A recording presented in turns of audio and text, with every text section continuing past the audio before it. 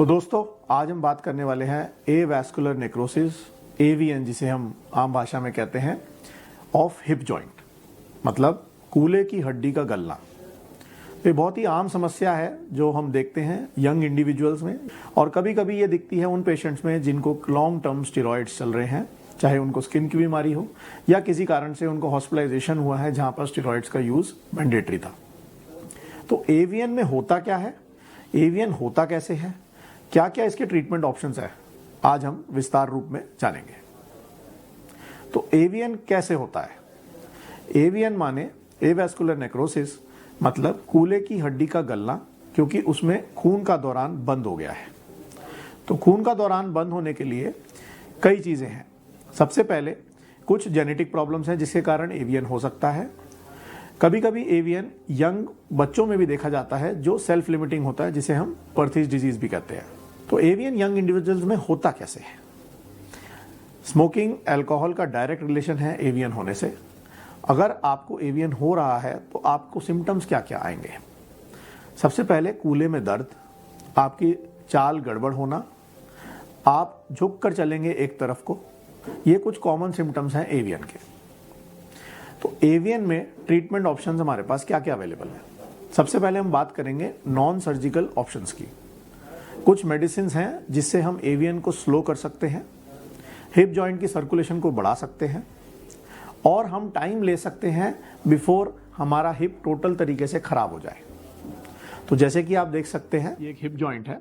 इसमें hip joint बनता है हमारे फीमर के हेड से और एसिटाबुलम बोन से। तो एवीएन में क्या होता है, क्योंकि ब्लड सर्कुलेशन इस हेड की खराब हो जाती है तो फीमर हेड गलने लगता है, उसकी शेप चेंज होने लगती है। जब ये शेप चेंज होती है तो ये बॉल एंड सॉकेट जॉइंट जब भी मूव करेगा वो पेन करेगा, एंड इवेंचुअली ये जॉइंट खराब हो जाता है, ये भी खराब हो जाता है, और दोनों की वजह से हिप आर्थराइटिस हो जाता है। तब हमें जरूरत पड़ती है टोटल हिप रिप्लेसमेंट की। आइए अब हम बात करते हैं सर्जिकल ऑप्शंस की। तो सर्जिकल ऑप्शन दो ग्रुप्स में डिवाइड कर सकते हैं, एक जिसमें हम हिप जॉइंट को रिप्लेस नहीं कर रहे हैं और दूसरा जिसमें हम हिप जॉइंट को रिप्लेस करते हैं।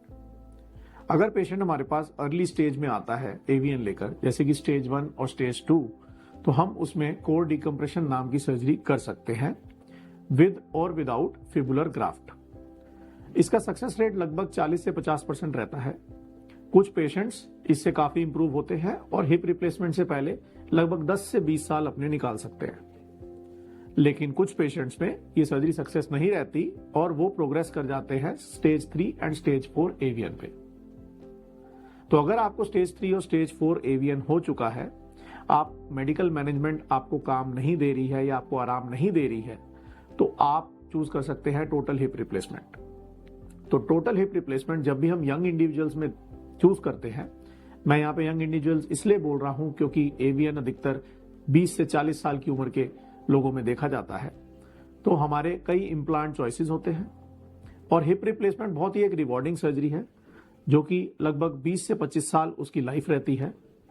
तो हिप रिप्लेसमेंट आपको चूज करना है अगर आप सारे मैनेजमेंट्स फेल हो चुके हैं, आपको आराम मेडिकल मैनेजमेंट से नहीं आ रहा है। तो आइए अब जानते हैं टोटल हिप रिप्लेसमेंट के इम्प्लांट्स के बारे में। तो टोटल हिप रिप्लेसमेंट जब भी हम एवीएन पेशेंट्स पे प्लान कर रहे हैं तो कुछ पर्टिकुलर इम्प्लांट्स हैं जिसको हम यूज करते हैं। एक है uncemented implants and the second is cemented implants. तो प्रेफरेबली यंग इंडिविजुअल्स में वी प्रेफर कि आप अनसीमेंटेड इम्प्लांट्स यूज करवाइए। तो टोटल हिप रिप्लेसमेंट एवीएन के लिए जब हम किसी यंग इंडिविजुअल में चूज कर रहे हैं तो हम ऐसे अनसीमेंटेड इम्प्लांट्स प्रेफर करते हैं। तो अनसीमेंटेड इम्प्लांट्स में एक स्टेम रहती है, एक सिरेमिक हेड रहता है जो कि प्रेफर रहता है यंग इंडिविजुअल्स में, लाइनर रहता है सिरेमिक, और एक अनसीमेंटेड शेल रहता है जो बोन के साथ फिक्स हो जाता है। इसमें हम किसी भी प्रकार का सीमेंट यूज नहीं करते, तो हम एक्सपेक्ट करते हैं ये इम्प्लांट्स 25 to 30 ईयर्स लास्ट करेंगे। अनसीमेंटेड इम्प्लांट्स सीमेंटेड इम्प्लांट से कॉस्टली रहते हैं, लेकिन उनकी जो लाइफ है और उनका जो रिवीजन रेट है वो लेस रहता है। अगर आपको रिवीजन सर्जरी करानी पड़ जाए after certain amount of years, तो uncemented implants are much easier to revise.